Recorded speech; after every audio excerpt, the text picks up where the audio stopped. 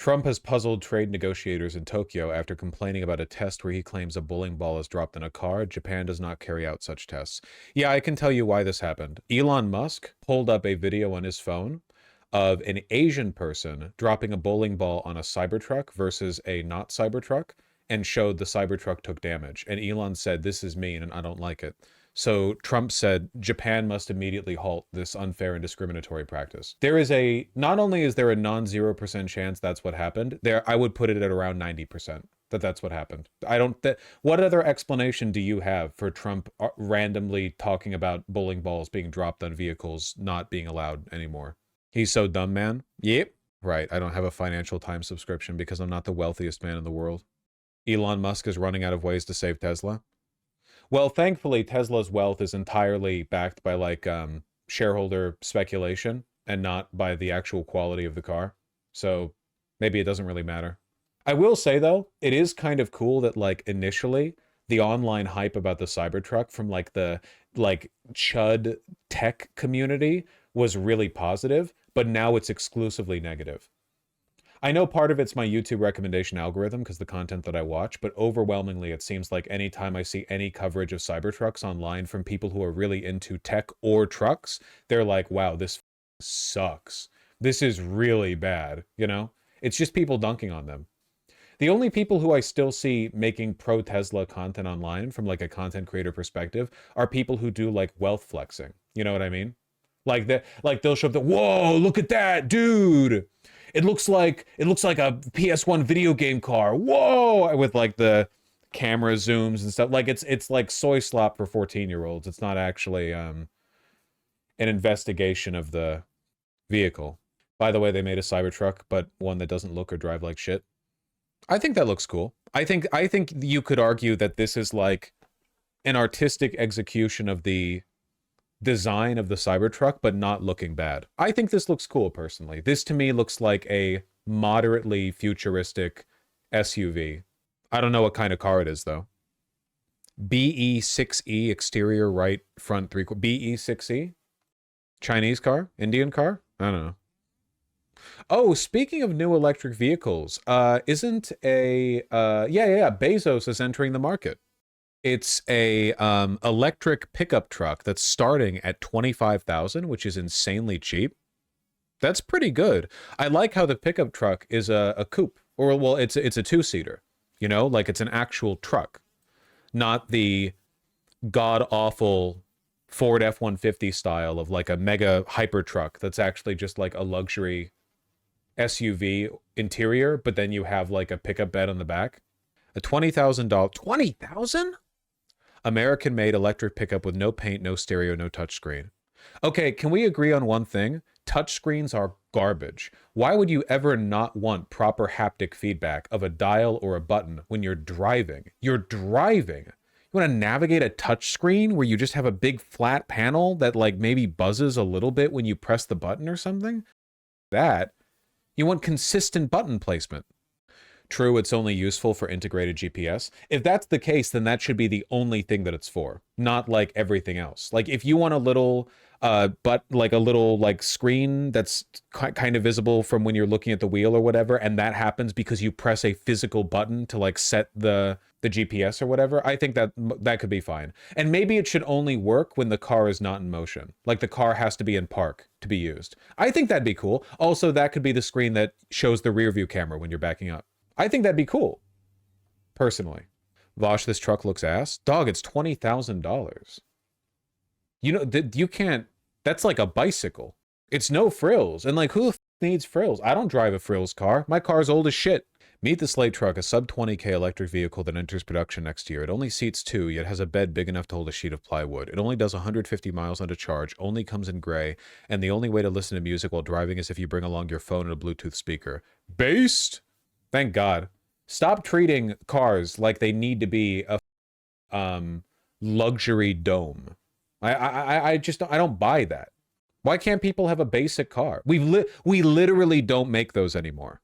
I feel like it's not asking much for a car to have Bluetooth. You fascist. You goddamn petite bourgeois piece of shit. You French aristocracy. Oh, this horse and carriage doesn't have like lace frills dangling over the the little doors that my servant opens, so I don't get to see them like sort of glisten in the sunlight before a parasol is deployed and I'm allowed to walk into the Walmart that I'm buying my groceries at. F you, American. Americans would kill themselves if they had to manually roll down windows. That's true. It's too much exercise for them. Instead of steel or aluminum, the Slate Truck's body panels are molded of plastic. That's probably a good idea. Or as Slate calls them, injection molded polypropylene composite material. More durable and scratch resistant, if only because the lack of paint means they're one color all the way through. That's probably a good idea. I don't know why we do aluminum paneling. It dents so easily. Like, can you fix it yourself? I mean, if it's made out of plastic, like, at least damage won't show as much, right? Because there's no paint, you know? It's literally just plastic. Dents absorb G-force during crashes? Yeah, but, like, these are the panels. These aren't the actual, like, armor of the car. Yeah, the frame is still steel. I want to see crash test? Yeah, of course. I mean, if it's done well. If it's not done well, then I wouldn't, I wouldn't support it. Are you covering Canadian election polls? Yeah, but I'm covering this first because it's pretty cool. It would be a pretty big game changer. Like $20,000 entry level, no frills electric vehicles in America. That's pretty neat. No paint saves a lot on cost. Yeah. By eliminating paint and thus eliminating the paint shop, Slate's manufacturing process is massively simplified. No paint shop, no stamping. Slate's chief commercial officer, who formerly led Tesla's global business efforts. Yo! I didn't know they had a shark in here. They got former Tesla people working on this? Okay! Yoink! Why a pickup truck, though? We're in America. Doesn't plastic degrade in sunlight? Depends on the plastic. Not all plastics do. Well, I mean, eventually, maybe, sure. But like 20 years? I don't know. It depends on the plastic. Isn't the paint also to make it water resistant? Yeah, to keep it from like rusting and stuff. But this is plastic. So plastic's already water resistant. Read my last message. Retype it, motherfucker. My time is worth more than yours. Plastic panels warp, sag, and discolor over time. Metal can always be remolded, whereas plastic can't. I think there's a fair argument to be made there, but I think it kind of depends, right? How often are damaged metal panels in a car actually remolded? Normally, like, getting a car fixed like that's really expensive, like thousands and thousands and thousands of dollars. If you could reprint a plastic piece for a couple hundred, just a new panel altogether. I mean, it depends on the specifics, I guess. Slate has an SUV upgrade kit that'll bolt onto the back of the truck. Okay, so that's why there's an SUV variant back here. So that's literally just an add-on. Like you just snap on a plastic. That's cool. That's pretty cool. That's pretty cool. I've been talking about this for a while. You want more like modularity, right? You don't want every car having every bolt and nut and screw being proprietary, you know? There's the potential here for something like really good. Maybe it won't be. I'm just saying, I don't know. It seems to me like conceptually. Slate's head of engineering, Eric Kuiper, says they're targeting a 5-star safety rating from the federal government's new car assessment program. Well, hopefully they get it. It'd be nice. This seems like a step up. Who can afford a $20K pickup? This is literally the cheapest you're going to find a pickup. Or like anything. There's an integrated phone mount right on the dashboard. There you go, guys. It's not entirely bereft of luxuries. Sales and service. Right to repair your devices. As an EV, the maintenance schedule for the Slate truck should be minimal. Annual tire rotation. I gotta get my tires rotated. It's been a little while. If you're not going to break the vehicle and you're not going to injure yourself, meaning high voltage, you can do service and warranty service in the vehicle yourself and have the videos and helpline and the support that work. That's pretty cool. So they're just openly saying, like, we're designing this so that you can fiddle with it. Normally, car manufacturers don't do that because they're like, oh, you dinged a bollard? Well, you should send that in for $70,000 of work. So if they're saying, like, we're just going to put out, like, videos to tutorialize it. One of the reasons why car guys used to be more common is that back in the 1970s and 80s, cars weren't as arcane and labyrinthine as they are now. A lot of the stuff that you could do to like fix up a car, like the nuts and bolts in the car were just standard machine screws or whatever. Like you could buy them at a store. Nowadays, everything's proprietary. It's all specific. And they do that because they want you to go to them for the repairs, because then they make a lot of money off of it.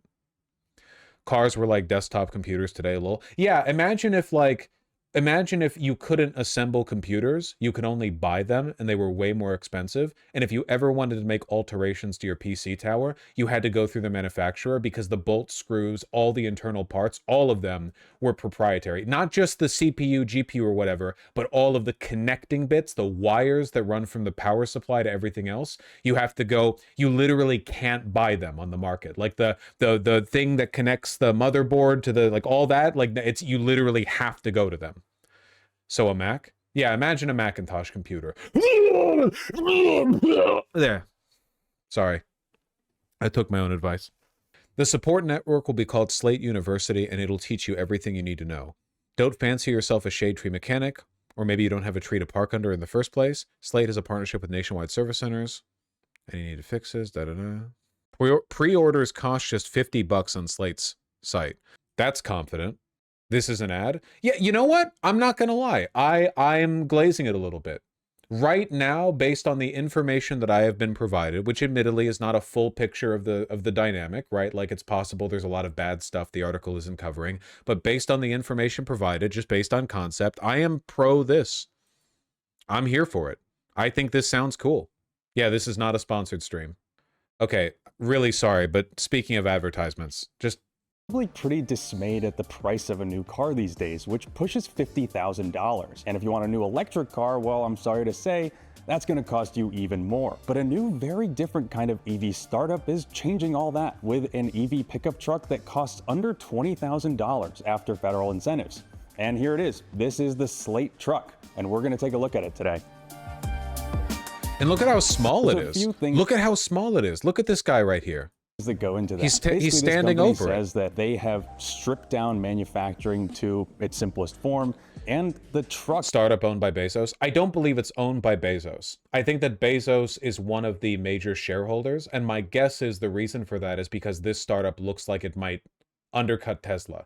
Bezos and Elon are kind of competing to be the most rich evil guy, and I think Bezos might see this as an opportunity to undercut the market. Is really, really basic. You get one color, that's gray. You don't get an infotainment system, but as we'll talk about later, you get a lot of really interesting options to customize this truck. You get this blank slate, they call it. Are we in Camp Bezos if we had to choose? Dog, don't. Again, two bad bitches, but in an evil competition, like Elon is obviously worse than Bezos. Bezos is like an evil capitalist. Elon is like an insane, insecure, incel, neo-Nazi, hyper megalomaniac freak who is gutting the government because he wants to deliberately crash the economy in an effort to, like, it's yeah. To platform, and then you can add on hundreds of different accessories to basically make this truck your own. But this, as you see it here, is going to be the base model that arrives in your driveway if you don't add any of those options. You can add wheels and over under on Elon getting Trump to effectively kill this project because he doesn't want a competitor for Tesla. Covers and all sorts of stuff, and you can even turn this thing into a damn SUV. So believe it or not, this is actually the exact same vehicle that you saw before. They turned this thing into an SUV. You know what? I have never bought a new car. I've only ever used cars. This one is tempting me a little bit. I'll stand by my word, man. If this comes out and it looks like it's doing its job well, I'll consider it. Yeah, I like stand by the principle, right? Wrapped it, and that just shows kind of how customizable and DIY-able this just don't pre-order. I don't pre-order anything. It is quite a bit smaller than a Ford Maverick, and it kind of reminds me of those older two-door trucks like the Ford Ranger. Back when we were a real country. Or Toyota Tacoma. The kind of whole concept here is to create a back-to-basics vehicle that regular people can actually afford. Slate is all about customization and DIYing your You can truck. do this on their website, by the way. Somebody linked it, but like if you go to slate.auto/en for English, there's a whole bunch of like customization options, which I don't know, stuff like that. When I imagine futuristic technology, this is what I think of. Not like beefed up fake bullshit like the Cybertruck, poor quality technology with a spray paint, a thin veneer of like phony futurism over it. I imagine like, dog, what if we could 3D print cars? Well, obviously I'm not pro car in general, but like to the extent that cars already exist, you know, what if we could just like make an EV that was like cheaper than even the cheapest trucks available on the market? I don't know. I think that's cool. This is what I imagine when I think of the future, I guess. Modularity, simplicity, using modern tech to bring down the cost of production. Beep, beep. To be exactly what you want it to be. And it's a really interesting new approach, I think, to EVs. It's kind of crazy how many different combinations of add-ons and accessories you can add to this vehicle to make it look and feel however you want. One of the things you can do, you can get one with a say dog? It's super easy to wrap. It has these coach lines. The body panels are really easy. And they say that... Yeah, I was thinking that too. In terms of getting this customized, like, it's literally made of rectangles. Wrapping this thing, if you want to get a little more customization, oh man, oh, the fact that in the promo materials they're showing off the beautiful like sunset, like Eddie Bauer 1980s stripes. Oh, that's really beautiful. However you want. One of the things you can do, you can wrap it. They say it's super easy to wrap. It has these coach lines. The body panels are really easy. And they say that professionals can wrap a truck in just 30 minutes. And just to linger on the color thing for 1 second, this is a really interesting way that they've cut costs out of the manufacturing process. The vehicle comes in gray, and that is dyed into the composite body panels. That means that they saved $350 million installing a paint shop in their factory, according to the CEO. This company has done a lot of really innovative... That makes sense. Car painting, getting like getting the car properly like painted and shielded and stuff is like super complicated, right? It's not like painting a house where you put the primer and then the paint on. Like cars have like a insanely technical, precise, like, because you want it to be super shiny. I don't think it has to be that complicated, but we expect it because we expect cars to be shiny all the time, basically.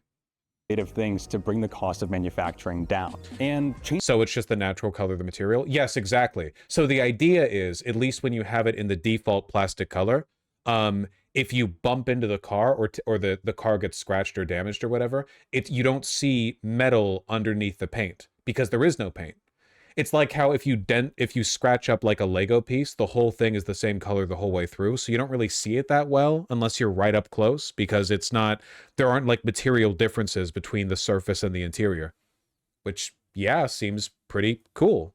Changing the color of this truck is really just the beginning of the customization options. You can choose from a bunch of different covers for the daytime running lights. You can swap out that Slate badge in front and have it be whatever you want it to be. So here's how the customization program works. You order your accessories from Slate, and they'll arrange for a partner to install those accessories for you near your house and then ship the car to you, or you can actually do it yourself. And a lot of this stuff just uses... You can do it yourself.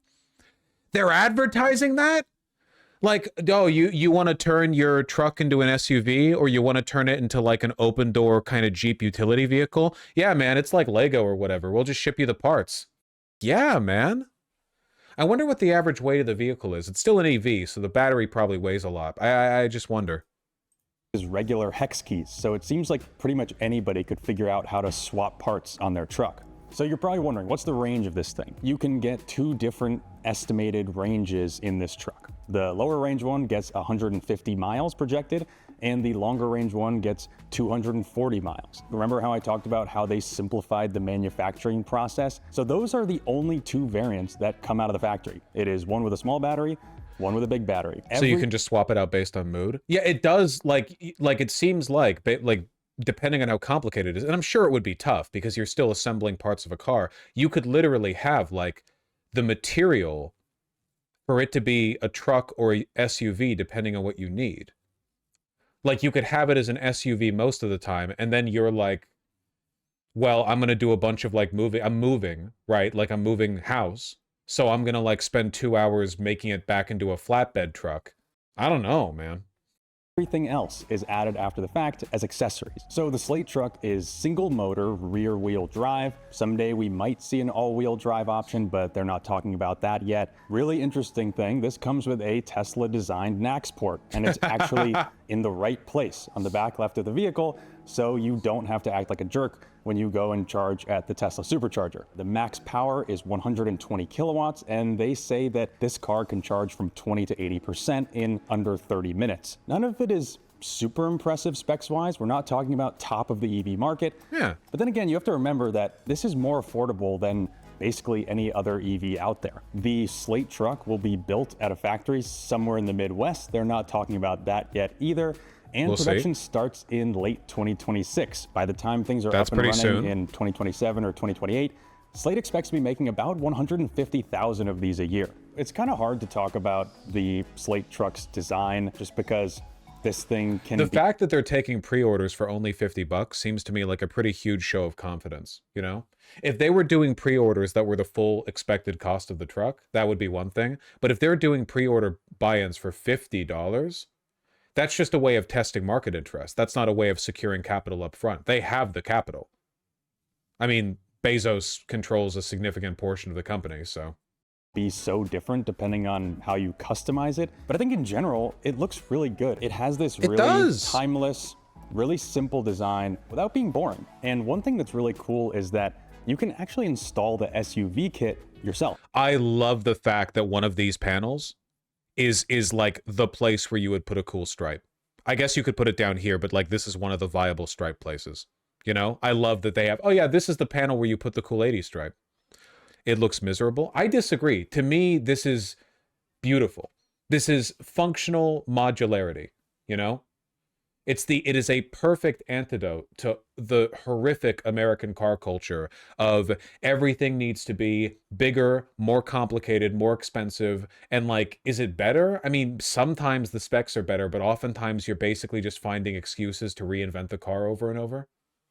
They send it to your house, and there are actually two different options that you can choose from. There is this boxy one that we're looking at here, and there's also a fastback, which honestly is probably the one that I would order. I think this is a really cool option because it's something that you can do after you bought the truck. Let's say you have a kid or you decide you need more space, you can order that SUV kit and install it yourself. And that's just the stuff that you can do to the outside of this truck. There's also a ton of customization options for the interior. Here we are in the inside of the Slate Truck, and it's pretty basic in here, you know? Okay. I gotta say, I like the interior. I don't know. I love how simple it is. I love that there's not a bunch of bullshit on the dashboard. I'm sorry, I have never driven like a fancy car, so maybe I'm just not used to, like for me, I use like 3 buttons on my car, right? You've got whatever for the AC. Okay, I ran out of buttons. I use AC buttons. Does it have AC? It has AC. It has AC. Everything, all cars have to have AC. There's a window crank. There's a mother window crank. Yes. Yeah, no radio or speakers. You have a good amount of hard plastic, but it has a nice texture to it. In front of me, I've got a digital gauge cluster that also functions as the backup camera. And I should note, this interior that you're seeing, you can get speakers as a kit. Okay, it makes sense. That'd be one of the things that you can add. Here has a few upgrades over the blank slate. In the blank slate truck, you'll have gray panels up here, and this brown leather is also an accessory. But one thing that is on the blank slate that you also see in here are manual windows. Power windows are also a kit. I wonder how much it costs. How much would I pay to add power windows to this vehicle if I wanted to buy this vehicle? Let me think. I think that I could see myself paying a couple hundred, but more than 500, I think I wouldn't. But that's also at my price point. Manual windows break less. Yeah, I've heard that. Give that a little go. Yep, they work, that's for sure. Powered windows are an accessory that you can buy, and you can get door bins, you can get a center console, and you can also outfit this dashboard in a bunch of different ways. You don't actually get a stereo in this vehicle if you order the blank slate. The idea is you can use your phone, and maybe you could put a Bluetooth speaker in. That's fine. If you want to pay extra for it, you can pay extra for it. It costs them money to build and install it. So if you don't want that, if you don't care about that, I don't care about that at all. When I play music, it's over my phone speakers or Bluetooth speakers. I have never used a car's Bluetooth. I've never had a car that had Bluetooth. So I've never done it. Yeah, you get it, right? The company's called Slate. Get it? It's a slate gray by default. Yeah, you get it. Cup holder, and that's going to be your music. But you can also buy accessories from Slate. So in this one, we have actually a couple of speakers behind here that can connect to your phone via Bluetooth. There are some things that you do get in this vehicle as standard. That includes AC and heat. One interesting customization option for this interior is something that Slate is calling slatelets. and they're kind of like those little things that you can stick into your Crocs. They're basically these little tiles with cool designs on them that you can slot into this track. One thing that you might notice about this interior is there is no screen. Instead of an infotainment system, you get an app on your phone. You stick your phone into this phone holder, and it actually gets plugged into the vehicle. The app shows you how far you can get on a charge through this map, and also shows you where charging stations are. One neat thing that Slate does is they know that people probably aren't going to want to use an automotive grade mapping software or entertainment app, and so they let you use basically whatever your preferred app is. They don't force you to use something else. You can use Waze or Google Maps. Another interesting part of the app is that it actually allows you to diagnose problems in the vehicle yourself. This is a really unusual thing for any car, and especially for an EV, but the app will tell you what's wrong with your car and it's almost too good to be true. It's almost too good to be true. Suggest ways to fix it, whether that's by yourself or by bringing it to a service partner. Some other options that I should mention, like you all know the reason why your car just says check engine is because the car manufacturers want you to either go to them to fix it or to one of their like authorized licensed, like it's collusion in the industry. They don't want you fixing it. The car is perfectly capable of telling you what the issue is. In most cases, not in all cases, but in most cases. About this interior, you can actually you can just look up error codes. Yeah, but it's not always error codes, right? Like sometimes there are internal issues like basic diagnostic stuff or whatever. The car could tell you. Add steering wheel buttons over here that control your volume or control the track, and those will looking up the error code takes a code reader too. Okay, listen, I've never driven a car that had the error codes because they don't have screens, so I don't know what you're talking about. The cars that I've driven, when the car is mad at you, the genie light pops up on the dashboard, and then you try to ask for more wishes and your engine blows up.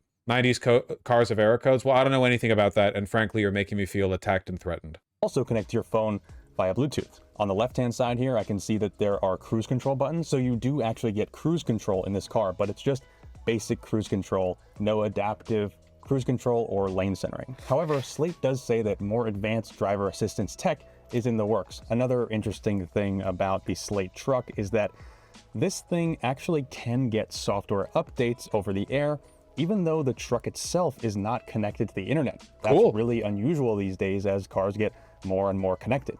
Instead, you can get software updates through your phone. So here I am in the backseat of the Slate Truck.